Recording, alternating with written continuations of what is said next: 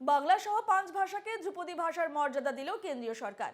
প্রধানমন্ত্রীকে ধন্যবাদ জানালেন কেন্দ্রীয় শিক্ষা প্রতিমন্ত্রী তথা রাজ্য বিজেপি সভাপতি সুকান্ত মজুমদার। তিনি জানান যে দুর্গাপুজোর আবহে বাংলা ভাষা ধ্রুপদী মর্যাদা পাওয়ায় তিনি গর্বিত। আজ এক ঐতিহাসিক মুহূর্ত, ঐতিহাসিক দিন বলা ভালো।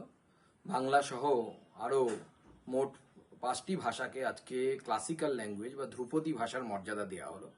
সেজন্য মাননীয় প্রধানমন্ত্রী নরেন্দ্র মোদীকে আমি অসংখ্য ধন্যবাদ জানাই এবং বাঙালি হিসাবে আজকে সত্যি গর্ব করার মতো দিন। এবং আপনারা জানেন যে সাহিত্য একাডেমি আন্ডারে লিঙ্গুইস্টিক এক্সপার্ট কমিটি তৈরি হয়েছিল। সেই এক্সপার্ট কমিটি তার রেকমেন্ডেশন করেছে। এই জন্য মাননীয় প্রধানমন্ত্রী সহ সমস্ত কেন্দ্রীয় মন্ত্রিসভা অর্থাৎ ক্যাবিনেটকে আমি অসংখ্য ধন্যবাদ জানাই।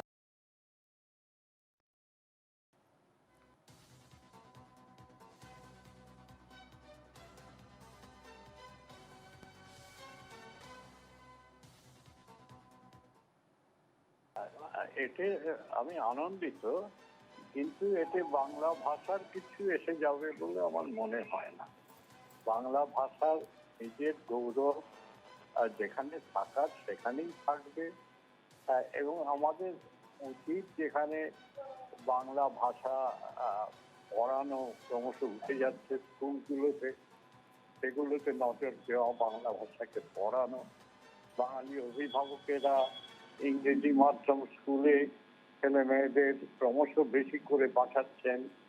সরকারি স্কুলগুলো যেহেতু দুরবস্থা, সেই জন্যে বাংলা ভাষা যদি বাঙালি ছেলে মেয়েরা না বলে না পড়ে, তাতে বাংলা ভাষা ক্লাসিক্যাল হলেও বা না হলেও তাতে সত্যি কিছু এসে যায় না।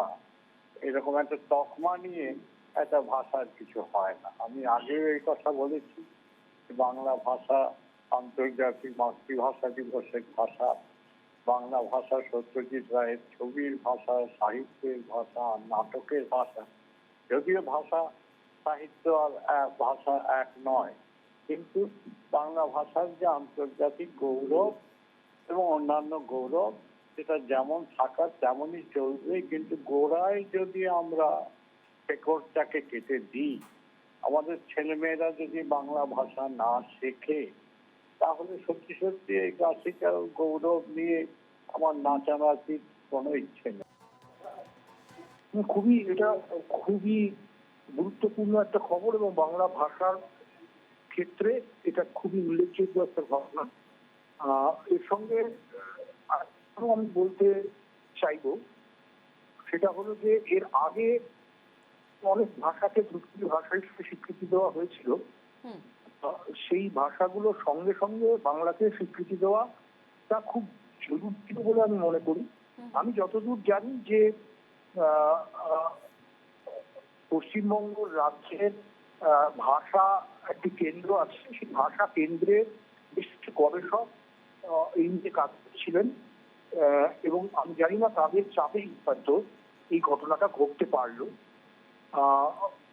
একদিক থেকে খুবই আনন্দের এবং খুশির খবর, এবং অন্যদিক থেকে আমার কাছে একটু আশ্চর্য যে এটার জন্য আলাদা করে গবেষকদের প্রমাণ করে কাগজ পাঠিয়ে সমস্ত করতে হলো।